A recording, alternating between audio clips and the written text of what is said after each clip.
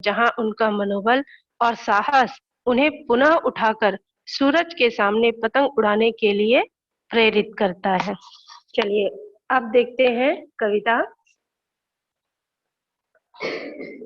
सबसे तेज बौछारे गई, भादो गया सवेरा हुआ, खरगोश की आंखों जैसा लाल सवेरा शरद आया फूलों को पार करते हुए।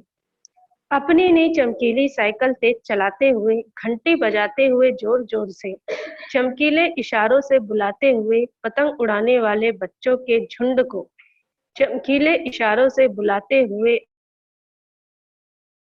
बनाते हुए कि पतंग ऊपर उठ सके, दुनिया की सबसे हल्की और रंगीन चीज उड़ सके, दुनिया का सबसे पतला कागज उड़ सके, बांस की सबसे पतली कमानी उड़ सके, कि शुरू हो सके सीटियों, किलकारियों और तितलियों की इतनी नाजुक दुनिया। यहाँ पर कवि ने वर्षा ऋतु के पश्चात जो शरद ऋतु का आगमन हो रहा है, इन दो ऋतुओं के संधि काल में होने वाले प्राकृतिक परिवर्तन का, बाल मनुचित में होने वाले प्रभाव का मनोहारी चित्रण किया है। कवि कहते हैं, सबसे तेज बौछारे गई, भादो गया सवेरा हुआ। मतलब तेज घनघोर वर्षा का भादो मास बीतने के बाद जब वर्षा ऋतु चली गई और खरगोश की आंखों जैसा लाल सवेरा शरद आया फूलों को पार करते हुए,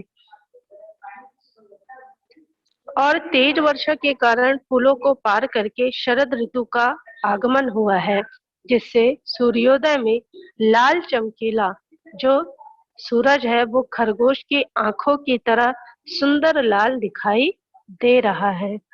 अपनी नई चमकीली साइकिल तेज चलाते हुए, घंटी बजाते हुए जोर जोर से, चमकीले इशारों से बुलाते हुए पतंग उड़ाने वाले बच्चों के झुंड को, चमकीले इशारों को बुलाते हुए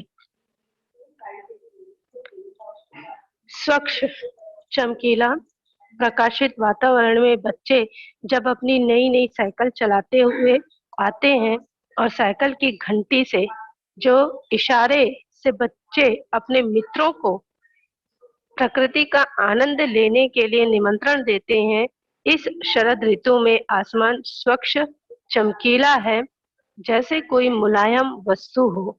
और ऐसे मुलायम आकाश को इतना मुलायम बनाते हुए कि पतंग ऊपर उठ सके, दुनिया की सबसे हल्की और रंगीन चीज उड़ सके, दुनिया का सबसे पतला कागज उड़ सके। जैसे कोई मुलायम वस्तु हो और इस मुलायम आकाश में बच्चे की दुनिया में सबसे हल्की और पतली वस्तु पतंग उड़ाने के लिए अपने मित्रों को एकत्र करते हैं और पतले कागज और बांस की पतली लकड़ी से बनी इस पतंग को बच्चे शुरू हो सके सीटियों, किलकारियों और तितलियों की इतनी नाजुक दुनिया। और इस पतंग को जब बच्चे सीटियां बजाते हुए, किलकारियां करते हुए जोश और उत्साह के साथ उड़ाते हैं, तब आसमान में उड़ने वाले रंग बिरंगे पतंगों को देखकर लगता है जैसे रंग बिरंगी तितलियां उड़ रही हों। जब बच्चे आसमान में पतंग उड़ाते हैं और एक साथ जब सारी पतंगे उड़ती है तो कैसा एहसास प्रतीत होता है, जैसे छोटी छोटी तितलियां आकाश में उड़ रही हो। और यह सब बच्चों को देखकर बहुत अच्छा लगता है। वो इस उत्साह में सीटियां, किलकारियों की आवाजें सभी करते हैं। जैसे ही सूर्योदय होता है, वो अपनी नई नई साइकिलों को निकालकर घंटी बजाते हुए सारे मित्रों को एकत्र करते हैं और उन्हें पतंग उड़ाने के लिए बुलाते हैं। ये जो स्वच्छ चमकीले प्रकाशित वातावरण में बच्चे अपनी नई नई साइकिल चलाते हुए आ रहे हैं, इन साइकिलों की घंटी और इशारों से वे अपने मित्रों को ये जो प्रकृति है उसका आनंद लेने के लिए निमंत्रण देते हैं। और शरद ऋतु में आसमान स्वच्छ चमकीला होता है, जैसे कोई मुलायम वस्तु हो, और ऐसे मुलायम आकाश में बच्चे दुनिया की सबसे हल्की और पतली वस्तु पतंग उड़ाने के लिए अपने मित्रों को एकत्र करते हैं। ये जो पतंग है वो पतले कागज और बांस की पतली लकड़ी से बनी रहती है। जब बच्चे इसे उड़ाते हैं तो सीटियां बजाते हुए, किलकारियां करते हुए, जोश और उत्साह के साथ उड़ाते हैं। इसमें जो विशेष है वो बाल सुलभ चेष्टाओं का अनूठा वर्णन है। इसमें उपमान, उपप्रास, श्लेष, पुनरुक्ति, प्रकाश अलंकारों का सुंदर प्रयोग है। खड़ी बोली में सहज अभिव्यक्ति है और लक्षणा शब्द शक्ति का प्रयोग है। शरद ऋतु का प्रातःकाल लाल लाल, सुनहरे, चमकीले और सूर्योदय के साथ होता है, जो खरगोश की लाल आंखों के समान प्रतीत होता है। खरगोश की आंखें कैसी होती है? रेड रेड, लाल लाल होती है। जब सूर्योदय होता है तो सूर्य का जो सूर्योदय होना होता है वो खरगोश की लाल आंखों की ही तरह प्रतीत होता है। बच्चे लालिमा से भरे चमकीले प्रकाशित वातावरण में साइकिल चलाने और पतंग उड़ाने के लिए उत्साहित होते हैं। दुनिया की सबसे नाजुक चीज पतंग को कहा गया है, क्योंकि वह सबसे पतले कागज और बांस की सबसे पतली कमानी से बनी होती है। तितलियों की नाजुक दुनिया का तात्पर्य है रंग बिरंगे उड़ते हुए नाजुक पतंग की दुनिया को, जो रंगीन तितलियों के समान प्रतीत होते हैं। बच्चों का उत्साह सीटियां बजाते, किलकारियां करते हुए अपने मित्रों को साइकिल की घंटी बजाकर इशारे से बुलाते हुए व्यक्त हो रहा है। आगे देखते हैं। जन्म से ही वे अपने साथ लाते हैं कपास, पृथ्वी घूमती हुई आती है उनके बेचैन पैरों के पास। जब वे दौड़ते हैं बेसुध, छतों को भी नरम बनाते हुए, दिशाओं को मृदंग की तरह बजाते हुए, जब वे पेंग भरते हुए चले आते हैं डाल की तरह लचीले वेग से, अक्सर छतों के खतरनाक किनारों तक, उस समय गिरने से बचाता है उन्हें।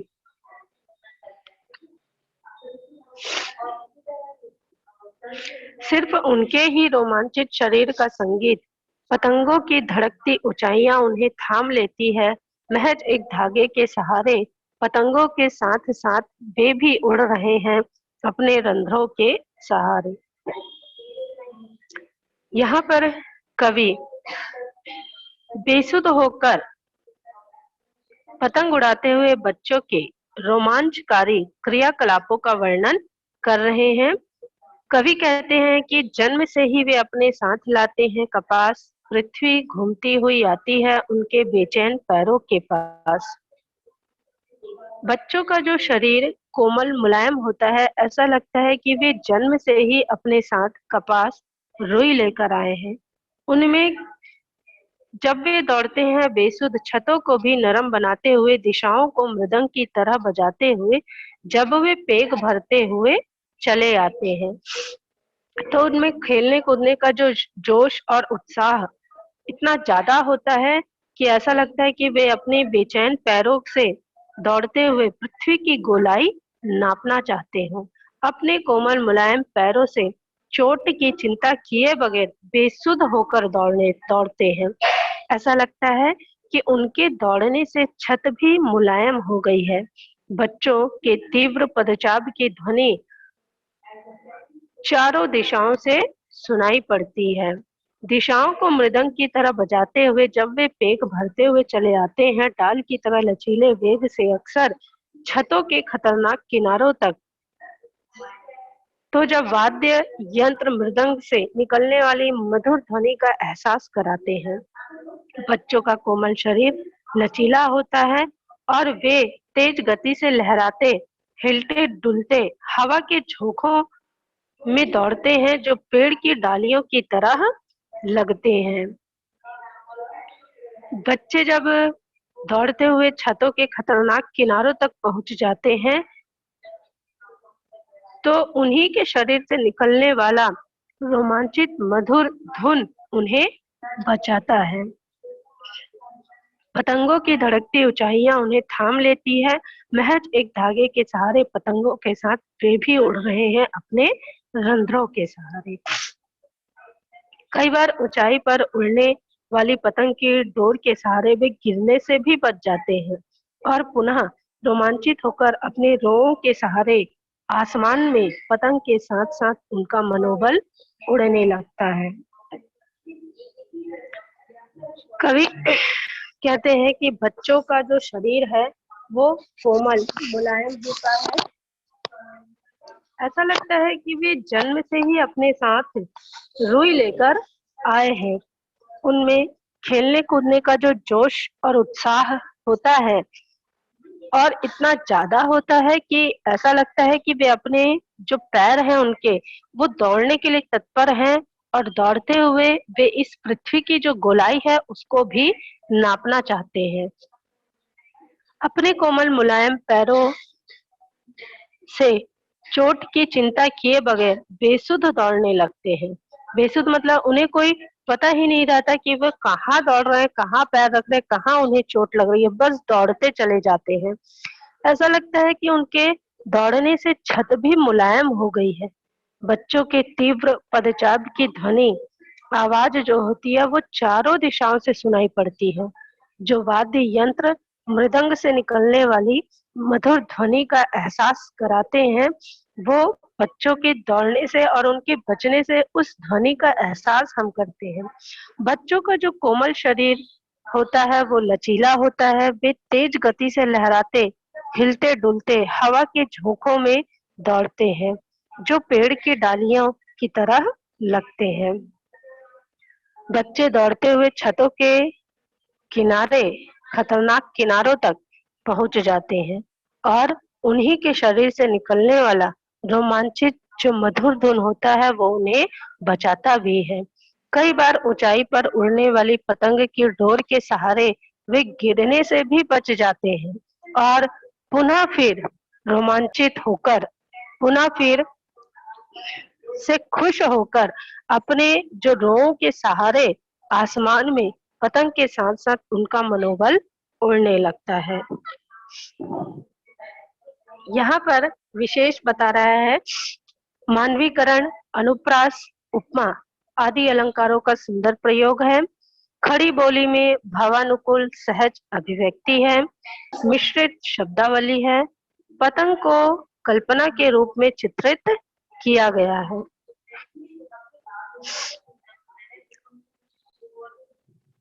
दिशाओं, यहाँ पर दिशाओं का तात्पर्य बताया गया है कि जिस प्रकार छत की चारों दिशाओं से दौड़ते खेलते बच्चों की आवाज आती है तो ऐसा लगता है कि कहीं मृदंग एक प्रकार का वाद्य यंत्र बजा रहा हो। ताल की तरह लचीले का तात्पर्य यहाँ पर बताया गया है कि जो बच्चे नाजुक मुलायम कोमल शरीर से लहराते झूमते तेज गति से दौड़ते भागते हैं जो पेड़ की डालियों की तरह प्रतीत होते हैं। बच्चों को गिरने से उनके उत्साहित रोमांचित शरीर का संगीत ध्वनि और पतंग की पतली डोर गिरने से बचाता है। कपास से छतों की समानता की गई है। जिस तरह से कपास को रुई मुलायम माना गया है उसी तरह जब बच्चे दौड़ते हैं तो जो जहां पर बच्चे दौड़ते हैं उन छतों को भी मुलायम बताया गया है क्योंकि शरीर बच्चों का शरीर कपास की ही तरह कोमल व मुलायम होता है। अब आगे देखते हैं।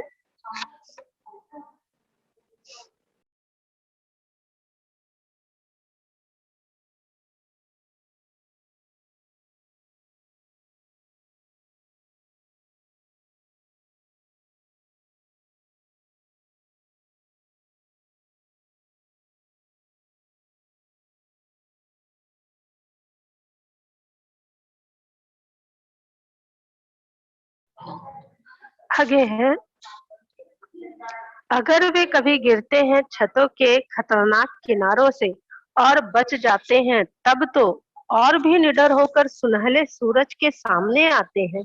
पृथ्वी और भी तेज घूमती हुई आती है उनके बेचैन पैरों के पास।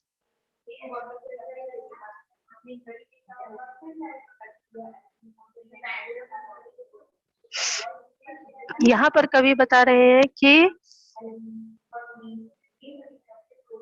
गिरने से बचे बच्चों के दुस्साहस का वर्णन किया गया है। मतलब गिरने से जब वो बच जाते तो उनके अंदर डर की बजाय और निडरता उनके अंदर आती है। जैसे बेसुध होकर पतंग उड़ाने वाले बच्चे कभी गिरते हैं तो कभी छत के खतरनाक किनारों से भी बच जाते हैं। अगर वे कभी गिरते हैं छतों के खतरनाक किनारों से और बच जाते हैं तब तो और भी निडर होकर सुनहले सूरज के सामने आते हैं।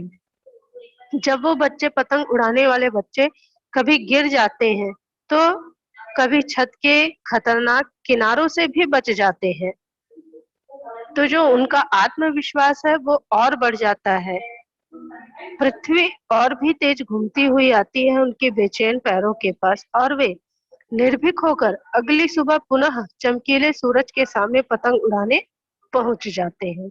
उत्साह और बेचैनी साथ पृथ्वी को नाप लेने वाली तत्परता के साथ दौड़ते हुए पतंग उड़ाते हैं। एक बार गिरने के बाद जब उन्हें चोट लग जाती है तो वो ये नहीं सोचते कि हमें चोट लग गया अब हम बंद कर दे पतंग उड़ाना। दूसरे दिन फिर जब सूर्योदय होता है वो फिर अपनी पतंग लेकर और फिर उसी उत्साह से पतंग उड़ाने के लिए आगे होते हैं और उनका आत्मविश्वास इतना बढ़ जाता है कि वे निर्भीक होकर फिर चमकीले सूरज के सामने पतंग उड़ाने पहुंच जाते हैं। उनके अंदर जो उत्साह और बेचैनी के साथ पृथ्वी को नाप लेने वाली तत्परता जो रहती है वो उनके साथ दौड़ते हुए पतंग उड़ाते हैं। बेसुध होकर पतंग उड़ाने वाले बच्चे कभी गिर जाते हैं तो कभी छत के खतरनाक किनारों से बच जाते हैं, फिर भी उनके अंदर का आत्मविश्वास टूटता नहीं है। वो फिर अगली सुबह उसी आत्मविश्वास के साथ आगे बढ़ते हैं और उन्हें फिर से लगता है कि हम इस पृथ्वी को नाप लेंगे।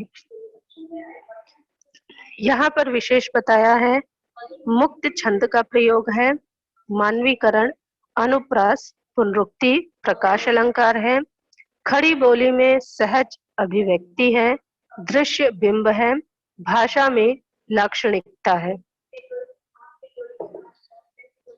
इसमें जो गिरकर जो बच्चे बचने का भय रहता है उनके अंदर समाप्त हो जाता है और वो भय मुक्त होकर और छत के किनारों पर लहरा लहरा कर पतंग उड़ाते हैं। उन्हें इस बात का डर नहीं होता कि हम एक बार गिरने से बचे हैं, बल्कि उनके अंदर ये आत्मविश्वास आ जाता है कि हम गिरने से बच गए तो अगली बार हम गिरेंगे ही नहीं।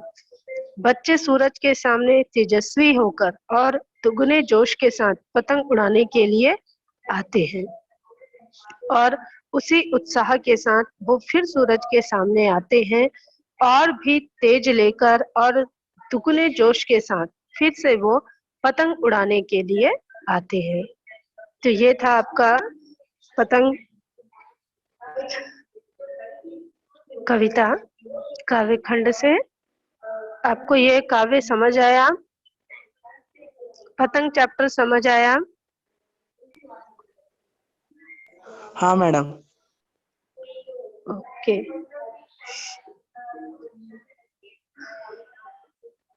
किसी को कुछ डाउट है?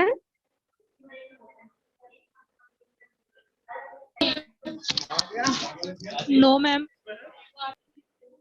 ओके, तो देखते हैं आगे। आपको इसमें क्वेश्चन पूछा है, सबसे तेज बौछारें गई भादो गया के बाद प्रकृति में जो परिवर्तन कवि ने दिखाया है उसका वर्णन अपने शब्दों में कीजिए। तो आप लोगों ने क्वेश्चन कर लिया होगा। सोचकर बताएं कि पतंग के लिए सबसे हल्की और रंगीन चीज, सबसे पतला कागज, सबसे पतली कमानी जैसे विशेषणों का प्रयोग क्यों किया गया है। तो यहाँ पर किसी भी चीज वस्तु की विशेषता बताने के लिए उसके रंग, रूप, आकार, प्रकार जैसे विशेषणों का प्रयोग किया जाता है। पतंग आसमान में उड़ने वाली वस्तु है। आसमान में वही वस्तु उड़ सकती है जिसका वजन कम हो, इसलिए सबसे हल्की विशेषण का प्रयोग किया गया है। पतंग के निर्माण में उसके वजन को नगण्य रखने के लिए सबसे पतले कागज और सबसे पतली कमानी प्रयोग की गई। सफेद स्वच्छ आसमान में दिखाई पड़ने के लिए पतंग का रंग बिरंगा होना भी आवश्यक है, अतः उसे रंगीन कागज से बनाया जाता है। इस प्रकार पतंग की विशेषताओं के माध्यम से बाल सुलभ चेष्टाओं का विशेषण का ज्ञान भी प्राप्त हो जाता है। पाठक भी जिज्ञासु हैं, जैसे बिंब स्पष्ट करने के लिए कह रहा है, सबसे तेज बौछारें गई, भादो गया सवेरा हुआ। तो सबसे तेज बौछारें गई, ये खरगोश की आंखों जैसा लाल सवेरा, और शरद आया फूलों को पार करते हुए, ये दृश्य बिंब है। मैं जो बता रही हूँ इसमें बिंब स्पष्ट करने बोला है ना, आपको एक कविता दिया गया है, इसमें दृश्य बिंब कह रहा है। तो दृश्य बिंब आएगा सबसे तेज बौछारें गई, उसके बाद आएगा खरगोश की आंखों जैसा लाल सवेरा, और शरद आया फूलों को पार करते हुए, अपनी नई चमकीली साइकिल तेज चलाते हुए, चमकीले इशारों से बुलाते हुए पतंग ऊपर उठ सके। ये है आपका दृश्य बिंब। श्रव्य बिंब में आएगा जो सुनने वाला है, तो घंटी बजाते हुए जोर जोर से, और स्पर्श बिंब में आएगा आकाश को इतना मुलायम बनाते हुए, मतलब ये आपका स्पर्श करने का है। तो आपको ये चैप्टर समझ आ गया? क्वेश्चन आंसर आपने कंप्लीट कर लिया इस चैप्टर का?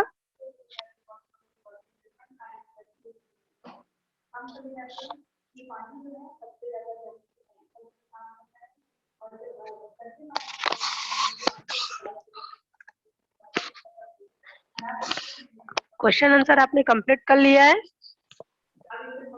Yes ma'am. ओके, तो अब यहाँ पर हम क्लास एंड करेंगे, और मैं कुछ क्वेश्चन दे रही हूँ जिसे आप अभी कंप्लीट करेंगे। इसके लिए आप व्हाट्सएप ग्रुप में आ जाइए। ओके, व्हाट्सएप ग्रुप में यस आइए। मैम। जो क्वेश्चन मैंने दिया है उसका आंसर मुझे लिखकर व्हाट्सएप ग्रुप में ही सेंड करिए। Okay, yes ma'am.